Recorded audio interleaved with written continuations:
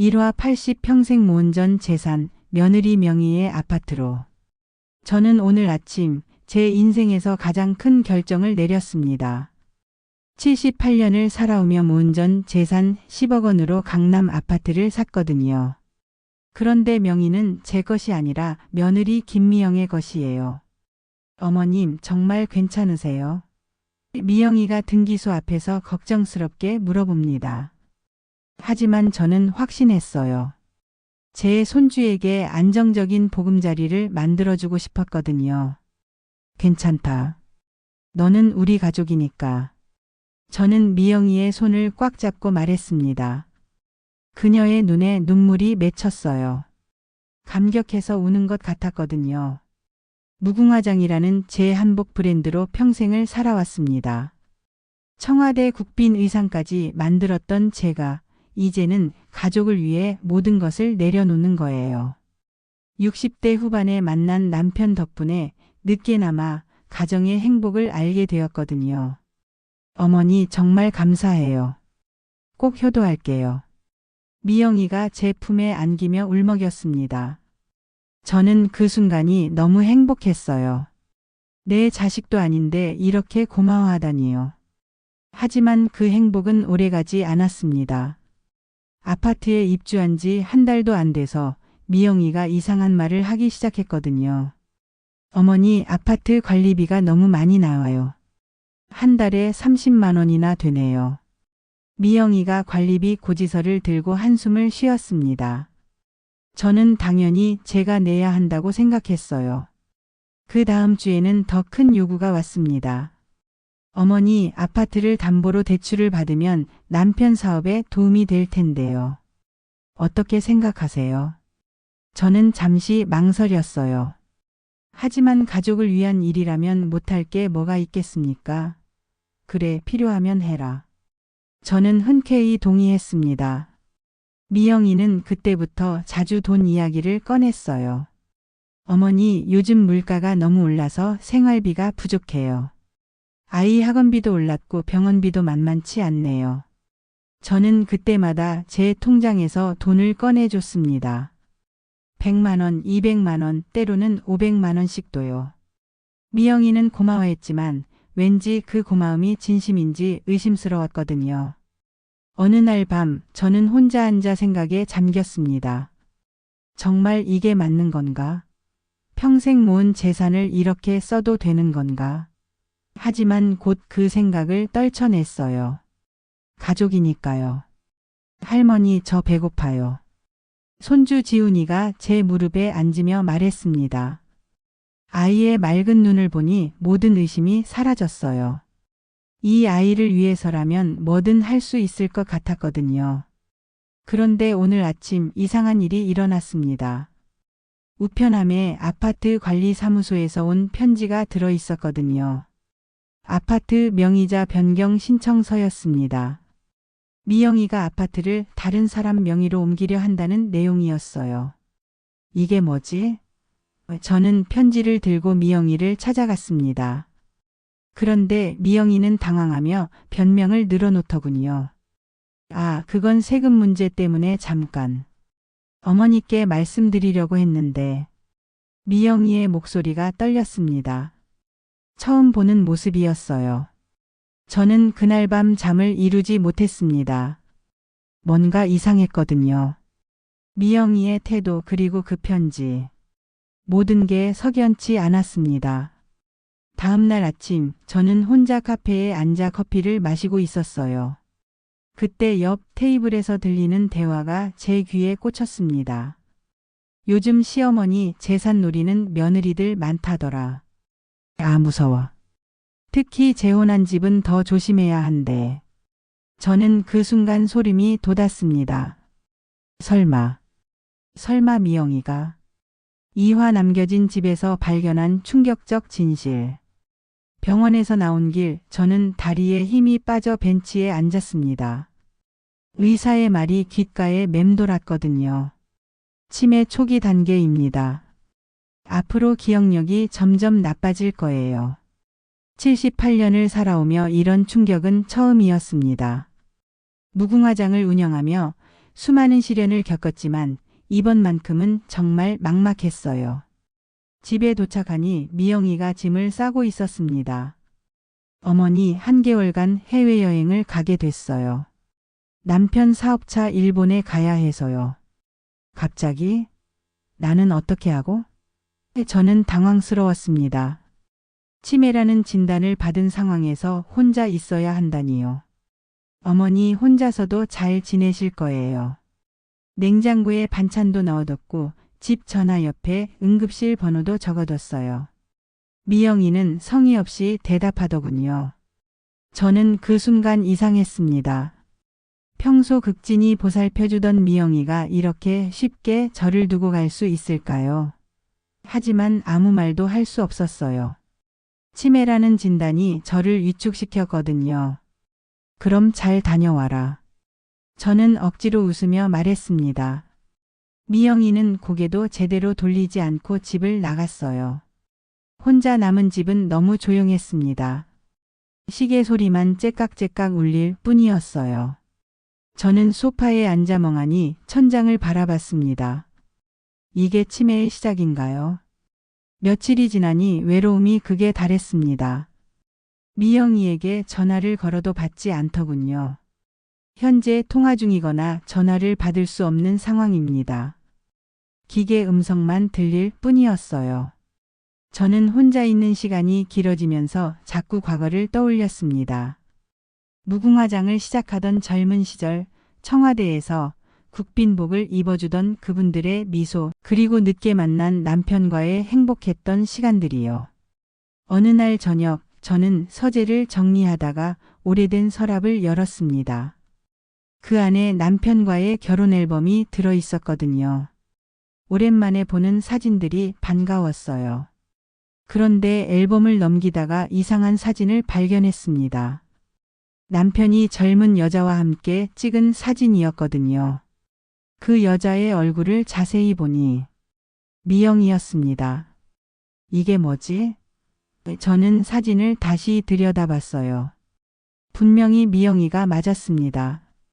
하지만 언제 찍은 사진일까요? 미영이와 남편이 과거에 알던 사이였나요? 더 충격적인 건 그 다음이었습니다. 앨범 뒤쪽에 작은 녹음기가 들어 있었거든요. 호기심에 재생 버튼을 눌렀는데 남편의 목소리가 들렸습니다. 미영아, 조금만 더 참아. 정수기가 돈을 다 가져오면 우리 다시 시작하자. 남편의 목소리였어요. 그리고 이어지는 여자 목소리. 미영이었습니다. 오빠 정말 힘들어. 맨날 할머니 시중 들기가. 언제까지 이런 연기를 해야 해? 미영이의 목소리에는 짜증이 가득했어요. 저는 그 자리에서 주저앉았습니다. 온몸이 떨렸거든요. 이게 무슨 일인가요? 남편과 미영이가 과거 연인이었다고요? 그리고 제 재산을 노리고 접근한 거였다고요? 녹음은 계속 이어졌습니다. 아파트 명의도 내거로 해놨고 이제 할머니 통장만 털면 돼. 치매 걸렸다니까 더 쉬워졌어. 미영이의 차가운 목소리가 제 심장을 찔렀어요.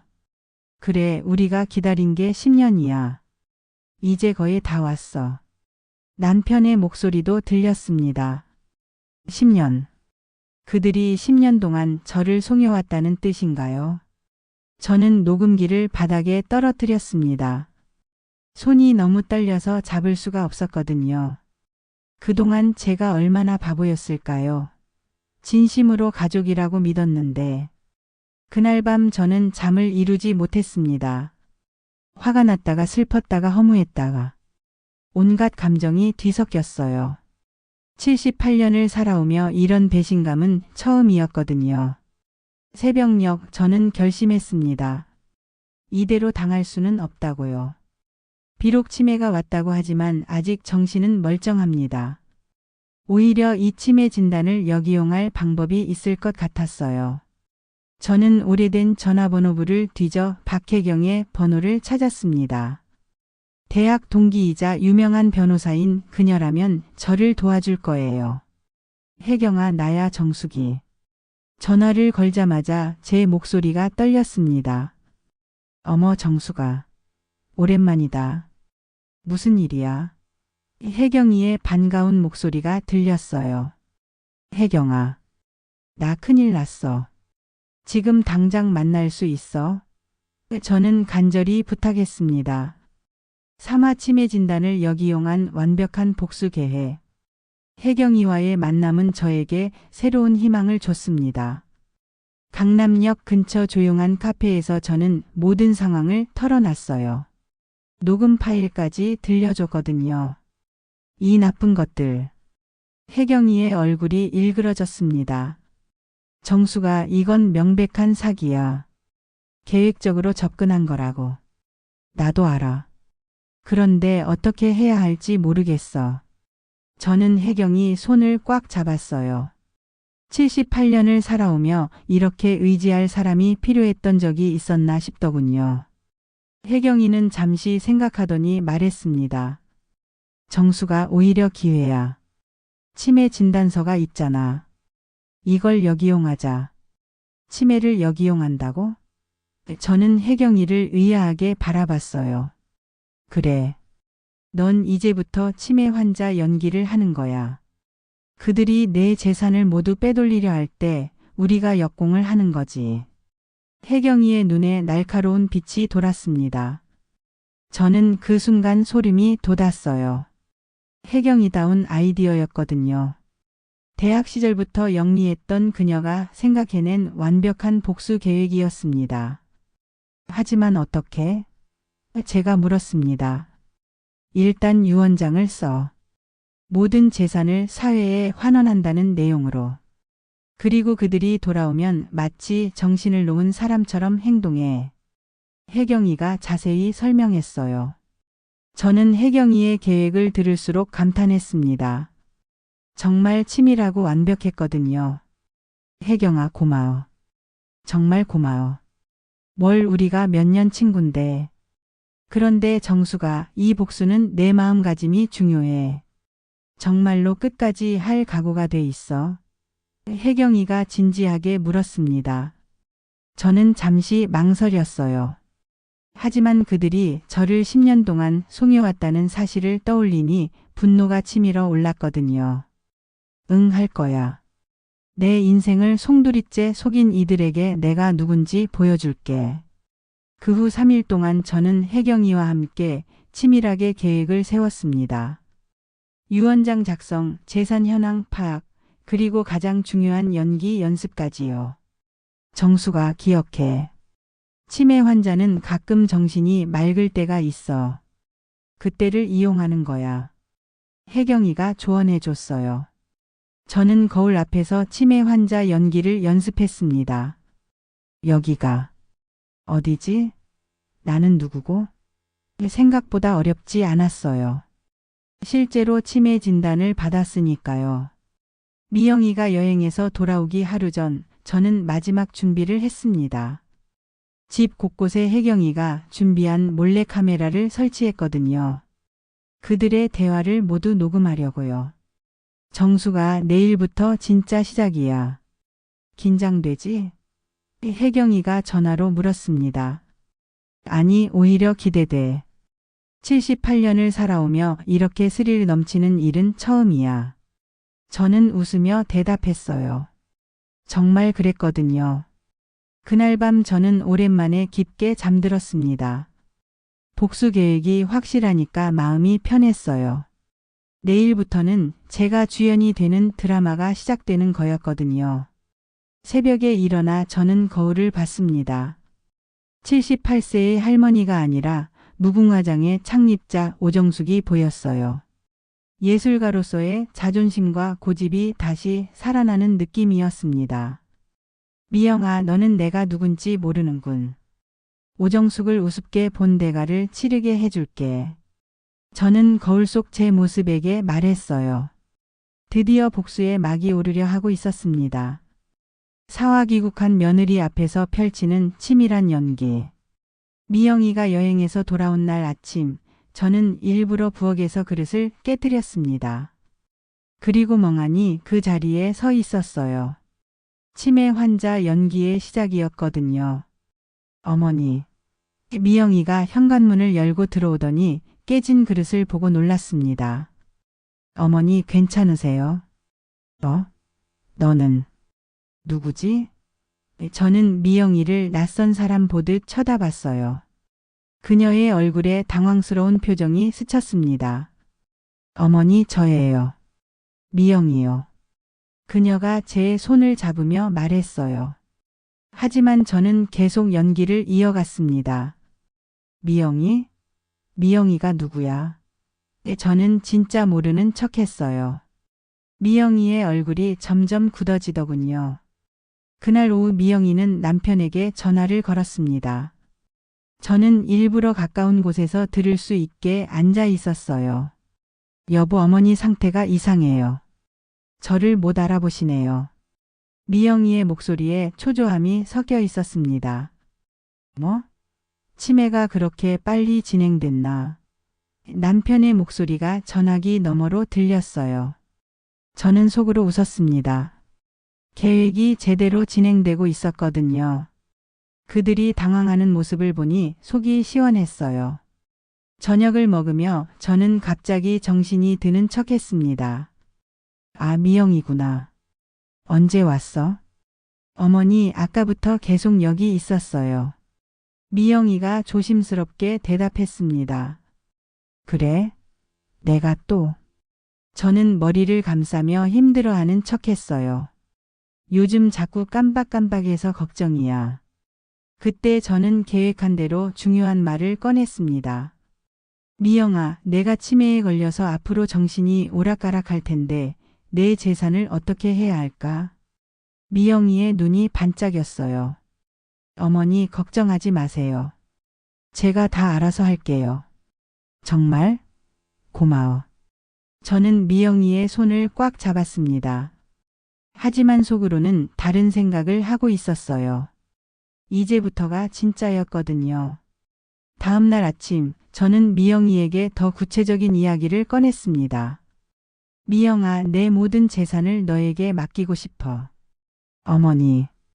미영이가 감격한 척했지만 저는 그녀의 진짜 표정을 봤어요.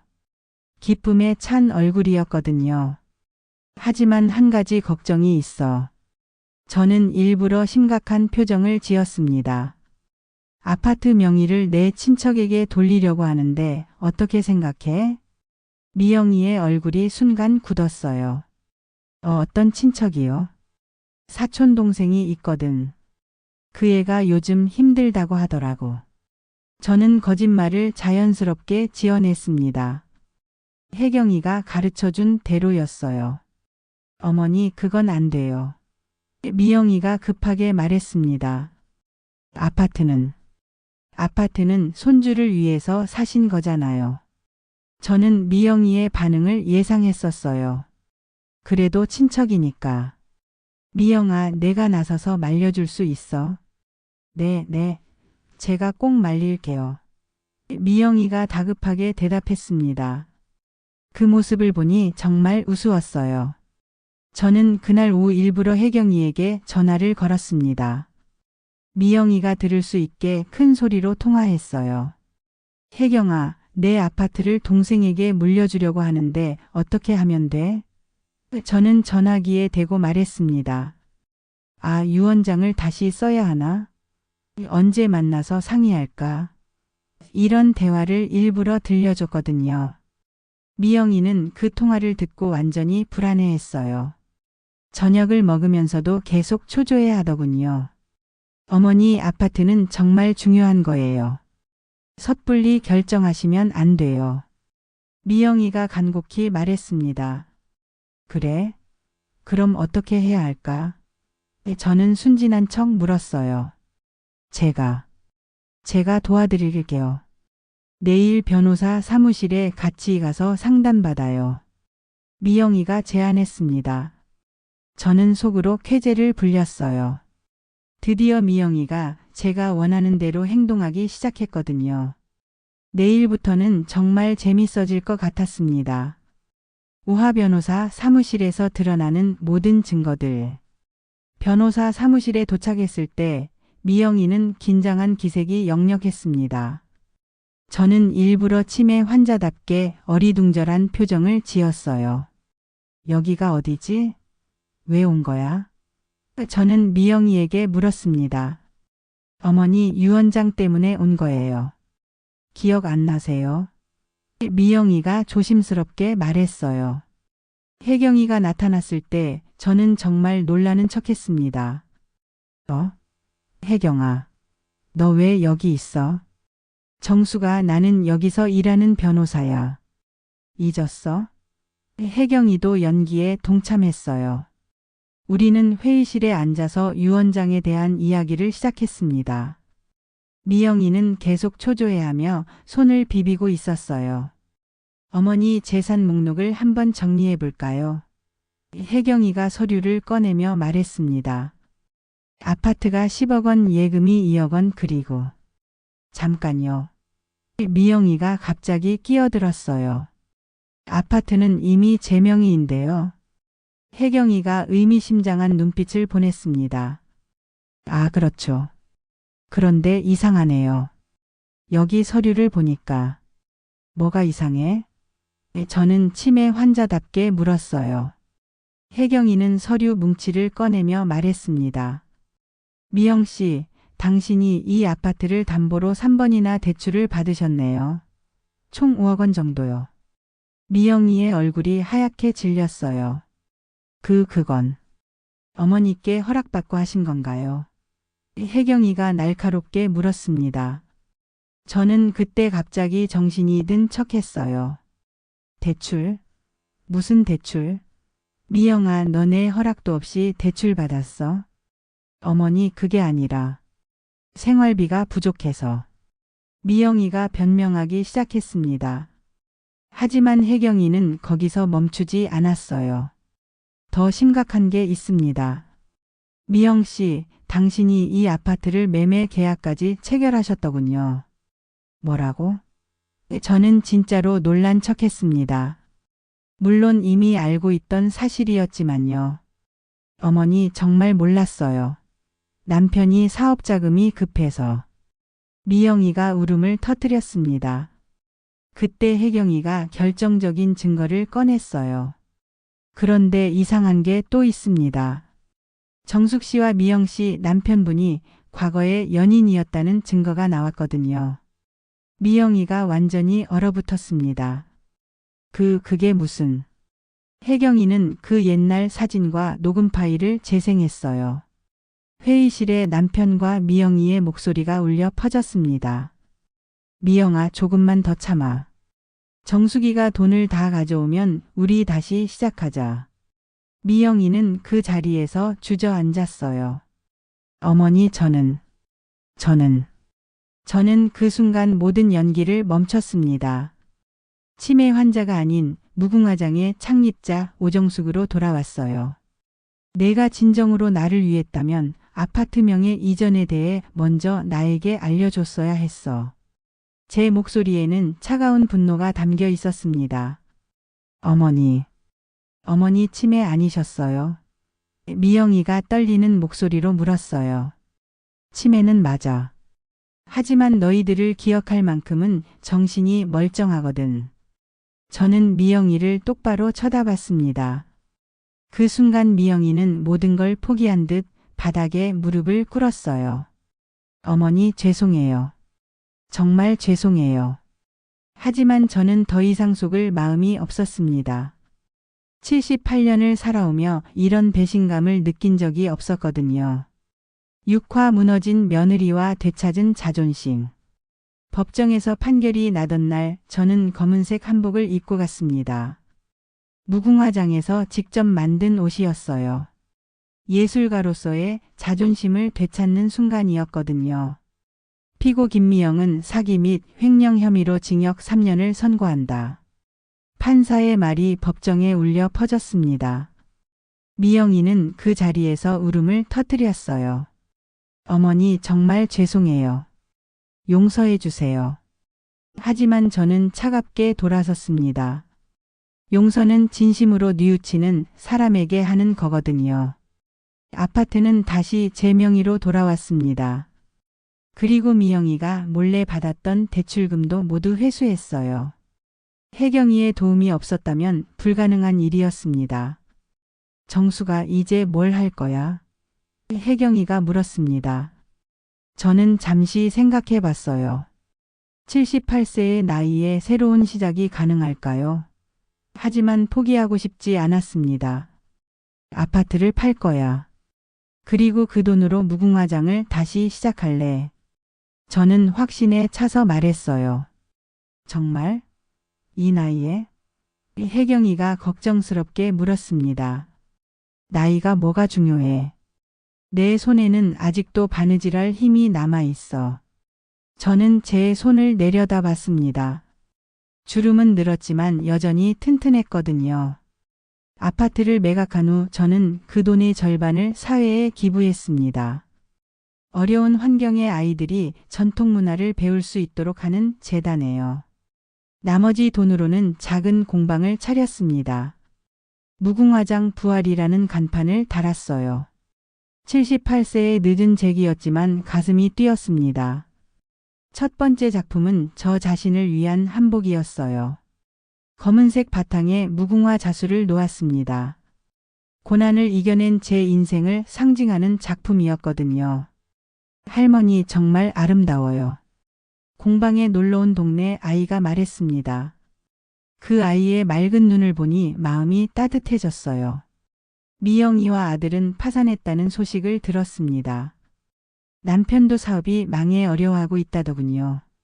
하지만 저는 더 이상 그들을 신경 쓰지 않았어요.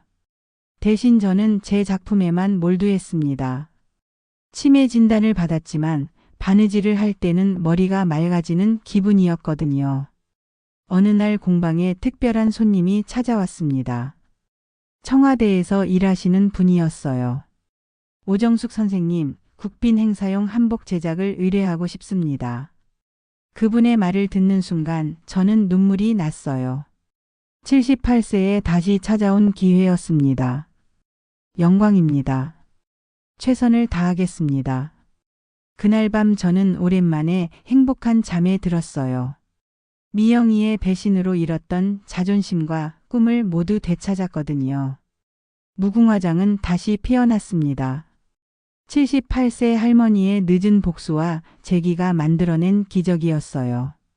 거울 앞에 선 저는 당당했습니다. 오정숙, 넌 아직 끝나지 않았어.